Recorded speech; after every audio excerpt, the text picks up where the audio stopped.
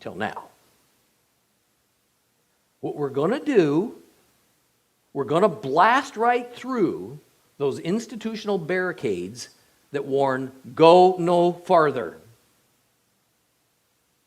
when we acknowledge Paul's Jewishness. Blockades that have been erected on a road that represents the troubling nuances that are presented by the so-called new perspective on Paul. Blockades that have done nothing but what done, you can't get more mainstream than done.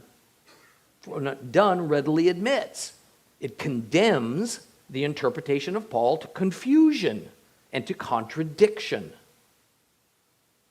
I mean, clearly, it is a denomination's particular interpretation of Paul that gives each denomination its uniqueness.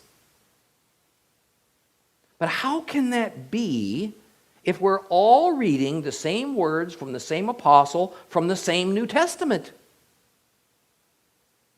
How can the doctrines of various denominations vary so greatly from one another if we have but a single source of reference that we all look to?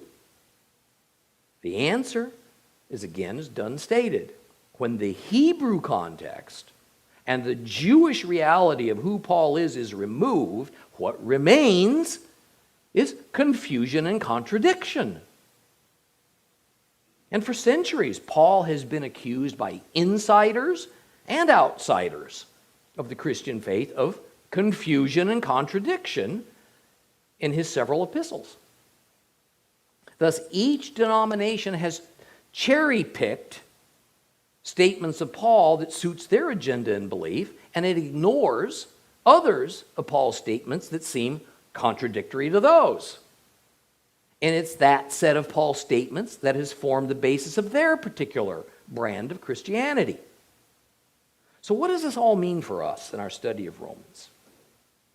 It means that we're going to do our best, which is all any of us can do, to choose truth over tradition.